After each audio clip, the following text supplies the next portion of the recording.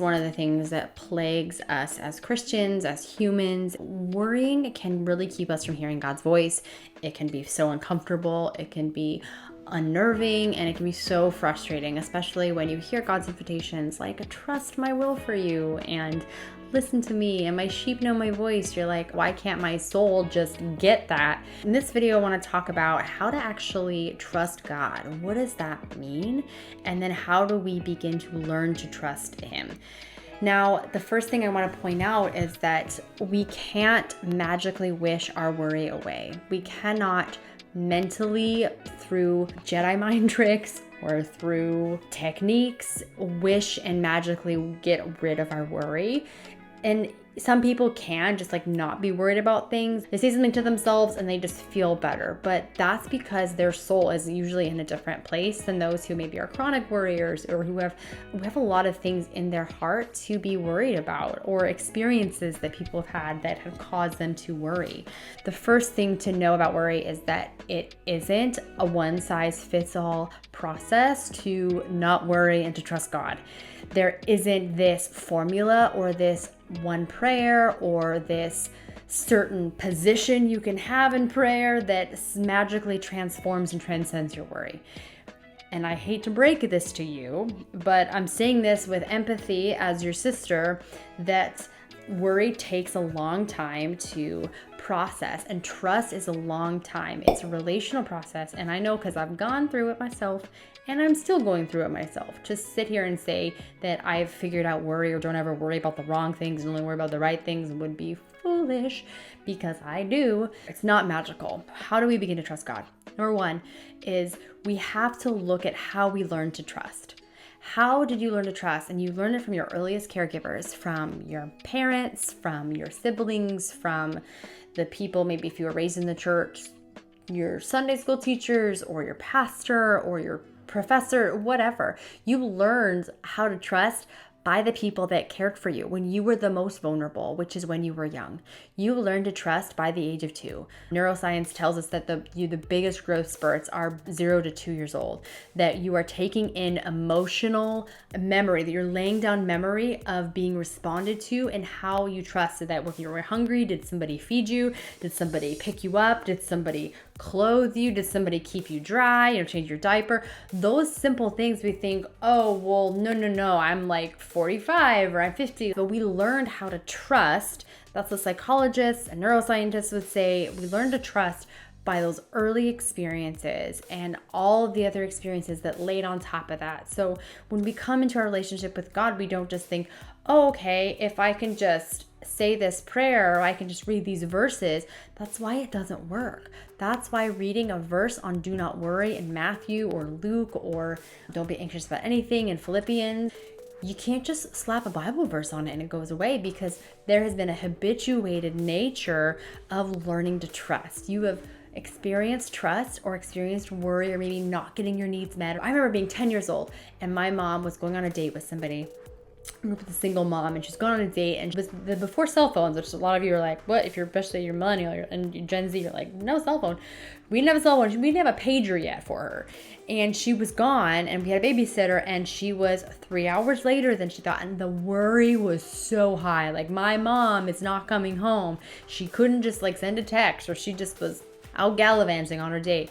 And so it really created a lot of fear in me because my caregiver wasn't there. And I remember actually being very mad at my mom. Like, why weren't you there? Why didn't you communicate to me? I trusted you to always be there for me. And it was a gap in my ability to trust because she didn't meet my expectations. So that's a simple example of when we learn to trust. And if you have experienced a lot of trust being broken, or you don't trust people, you keep people out, that is going to be a deeper and a longer process to understand how to not worry and how to trust God instead. So number one, we've learned trust since childhood, and we've learned how to worry or how not to worry since we were young. And so part of being a Christian is to unpack your story in the presence of God with somebody that you trust, whether that's a spiritual director, a friend, a small group, at a retreat, with a priest, somebody that can help hold and reteach you and model trust for you.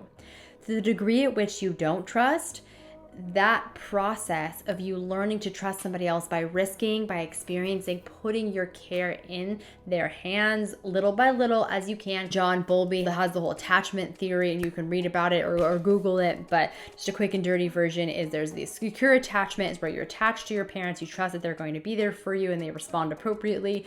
The avoidant attachment style is where you actually learned that your parents weren't reliable and you just learned to depend on yourself, and so they actually weren't dependable and you just became kind of cut off, so you tend to avoid intimacy. The second one is anxious attachment, where, and the people can say it different ways too. Anxious attachment is where you actually are overly dependent on them, where they were unpredictable, or sometimes they were good to you and they were available, sometimes they weren't, so you never quite knew, so you learn to not trust yourself, so you only trust your caregivers, but they're not very trustworthy, so it's this messy thing. And then there's the chaotic attachment, which usually are people that are abused, that kind of go back and forth between they don't trust themselves and they don't trust other people. So you might be in there, and it's all on a spectrum. It's not you're always in this camp. You might be 10% secure, 80% avoidant, 10% ambivalent or whatever, or anxious. But the thing is, our attachment style teaches us how to trust. And I'm not making this up. I wish there was a formula. Your trust has almost all to do with your attachment style and how you learned to trust people growing up. And so knowing your story is going to be the biggest key into understanding how to trust and how to not worry. And two, different personalities are worriers. Some people are more prone to worry than not. Like if you're a 6 on the Enneagram, or you're more in the head center, if you kind of follow the Enneagram, some people might worry. I am not in the head center. I'm in the gut center of the Enneagram. I worry about things. I have fears all the time about things that I can't control. And it's always an opportunity to me to open up to God. So learning to trust God means to, one step at a time, one moment at a time, risking to open up to Him and to learn to rely on Him, I would say day by day. Learning to trust, being aware of when you are anxious and when you are worrying, and not judging yourself or trying to fix yourself or moralize it, but to say, Lord, there I am, anxious, I am worried. It says in Philippians, it'll be on the screen, Gentiles eat pork chops. That's how I remember where Philippians is. That's kind of funny. Philippians says this: do not be anxious about anything, but in everything by prayer and supplication with thanksgiving, let your requests be known to God. So he's saying don't be anxious, which is a command, but he says right after, but in everything by prayer and supplication with thanksgiving, let your requests be made known to God. So go to God. So whenever you're anxious, the way to trust in God is to learn to go to Him and to continue to go to Him. And the more you experience Him being trustworthy, you experience yourself loved and secure in His love, the more you will not worry and trust God. And then also you need to relearn with other people. Our souls are relational. We're not brains on a stick. We're not just heads. Our body and our mind and our heart is all within our soul. At least is how I've come to understand soul. And I think that's the Jewish interpretation of what soul is, that you need to experience that relationally with another person. And so just like you learned trust and you learned worry growing up through the disillusionment of people, sometimes they're not there for you. There are dangerous things in the world. There are dangers and things that are, if an earthquake happened, it's good that you worry, because your adrenaline will go right up and your brain will go into fight, flight, or freeze, and hopefully flight maybe, or there's a lightning strike, you see it, you run the other way. Fear is good. We cannot get rid of fear, but what we can do is allow our hearts to be transformed in God's presence, in a relationship with other people, our brothers and sisters, just by the community, and why the church is so important. Being part of a healthy church that can handle negative emotion and positive emotion, because it's part of the whole deal of being human. Handle that as you embrace and as you come to God with that, so that He heals you and transforms you. So how do you not worry and how do you trust in God? It's through relationship. It's through understanding your story and how you learn to worry, how you learn to experience it, what your history has been, and then to train. There is training. You can't just wish your worry away, but to cooperate with the Holy Spirit and to learn how to depend on God, to depend on yourself, and depend on other people. And some people, even the closest people to us, will let us down.